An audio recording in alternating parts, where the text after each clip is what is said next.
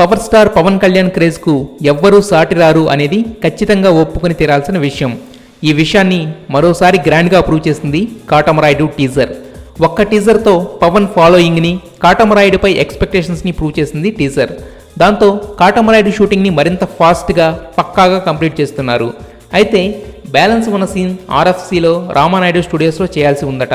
దాంతో 24/7 కాల్ షీట్స్తో ఎట్టి పరిస్థితుల్లో మార్చ్ 15 కల్లా షూటింగ్ కంప్లీట్ చేయాలని పవన్ ఆర్డర్ వేశారట. ప్రస్తుతం ఆ డెడ్లైన్తో వర్క్ చేస్తుంది కాటమరాయుడు టీం.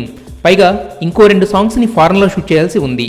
అయితే సినిమా అవుట్పుట్పై మాత్రం యూనిట్ అంతా ఫుల్ కాన్ఫిడెంట్గా ఉన్నారు.